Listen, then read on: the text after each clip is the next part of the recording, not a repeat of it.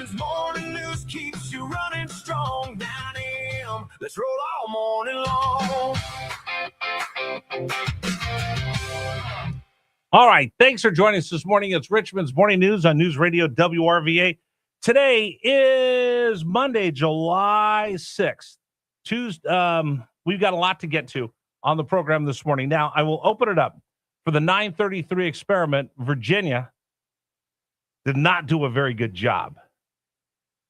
Pretty weak when it comes to our exhibit for the Great American State Fair.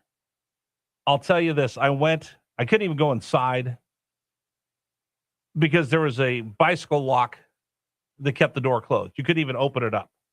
There were some booths where exhibits, and they're small rooms, 20 by 30. They're not huge. And ostensibly, here's what I'll tell you. People that went were given a passport. They took that passport, and you could get stamps from every state, and that way you visited all 50 states, get a little taste of every state. And some were great. Texas, great booth. New York, great booth. Arizona, great booth. Some were meh. California, really not much into it. Florida had putt-putt golf and Florida Man. I think Colorado had a ski lift chair. North Carolina had cars, NASCARs in it. So everybody was just trying to give you a little taste of this great union. And for those of us that live here in this part of the world, going to a different state is not a big deal. Like you can go into Maryland pretty easy. A couple-hour drive to go to Maryland. A couple hours to go to Tennessee, West Virginia, North Carolina. If you go out west, where the states are much bigger, it takes you 2 days to drive across Texas. California, it'll take you a couple days to drive up and down the state, and it takes you 7-8 hours to get from one state to the other in many places. If you want to go Los Angeles to Las Vegas, it's a pretty big trip. San Diego to Arizona, pretty big trip. So you don't really visit all the different states out west as you do here because the states are a lot bigger out there. So this is a state fair for everybody.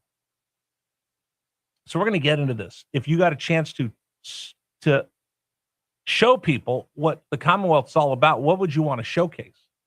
And we'll do that coming up at 9:33. We'll open up the phone line. Dave, I was going to share everybody because I said I was going to share my experience of being there in D.C. on the 4th of July, and it was pretty cool. Well, do tell. To be there. So here's what I saw. Nobody asked me who I voted for. Nobody asked me who my favorite candidate was. You know what they asked me? Where are you from? Virginia. Oh, that's awesome. I've never been there before. Where are you from? Iowa. Oh, really? Yeah, I wanted to come out here to celebrate America's 250. You're from the state with the bike lock on the door. Yeah, the bike lock. On the bike lock. You know the combination so we can get in there? Yeah, help me out a little bit. People asked where you were from, and then they were so excited to talk about their state or to ask about my state. And I told them, I've lived around the country, but boy, do we love Virginia. We really feel like this is home.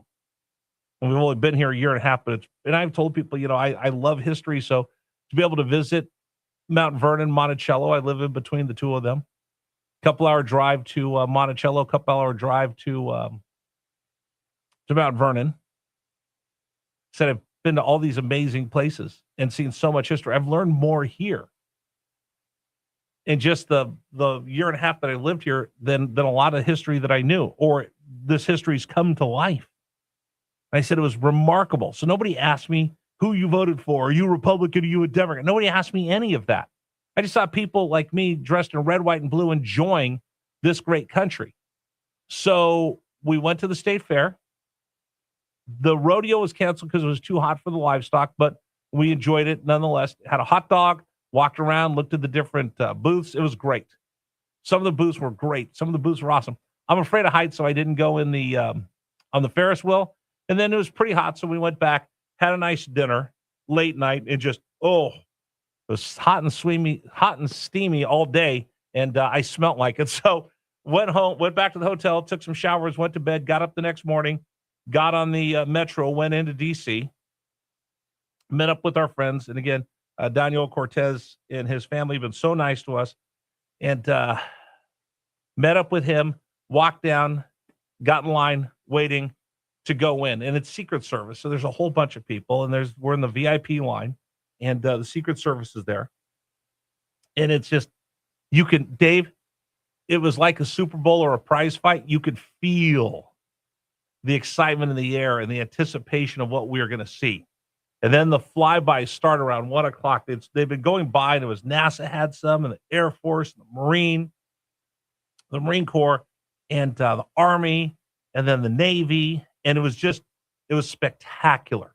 The flyovers that you had, and the greatest air show you'll ever see.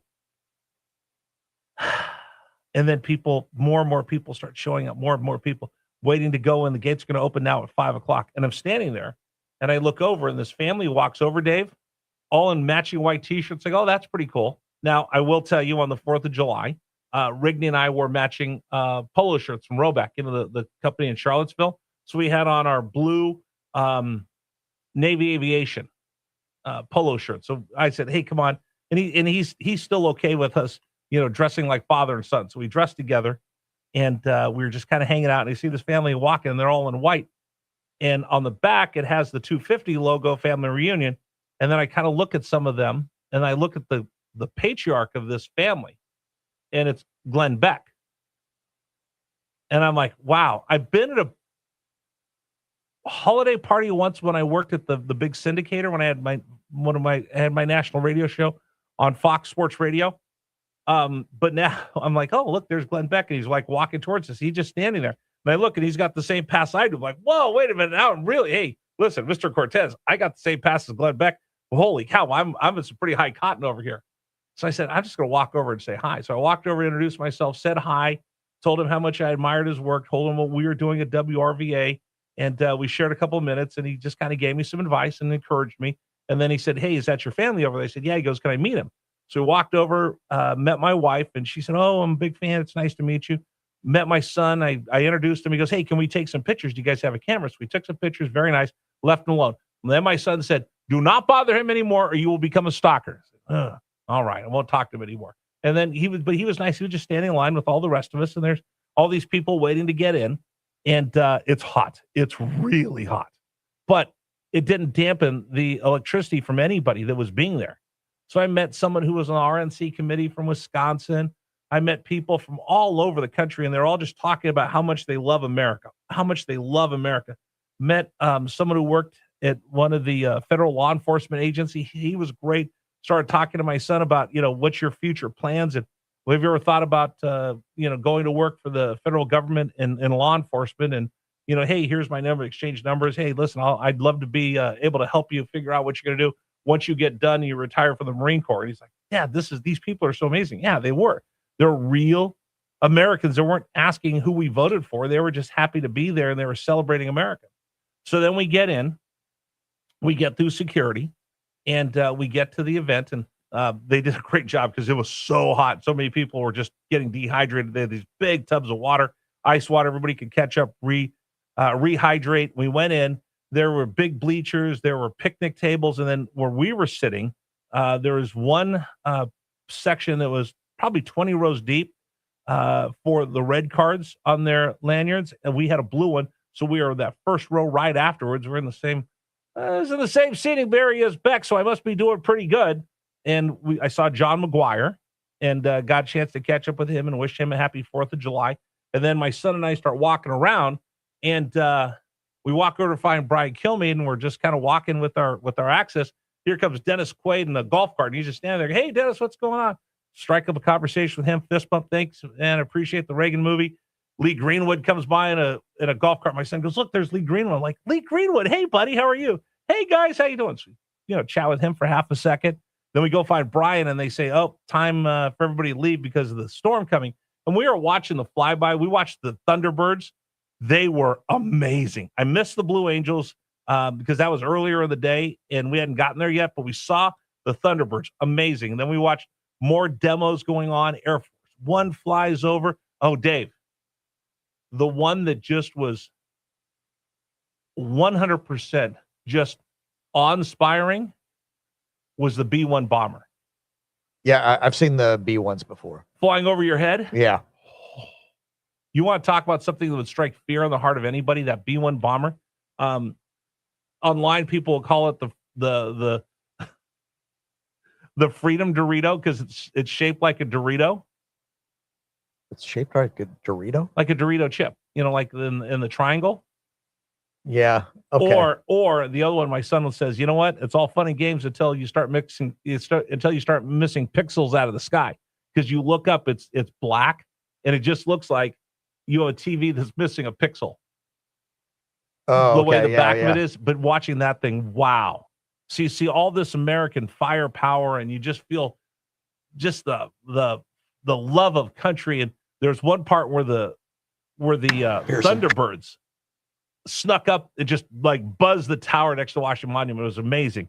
But then the storms rolled in. They had to evacuate 400,000 people.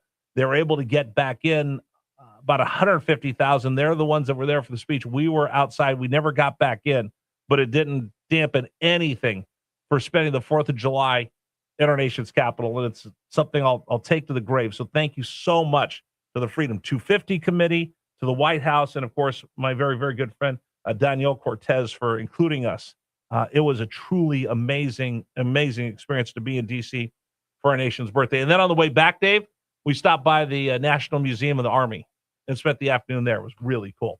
You guys want to comment on any of that?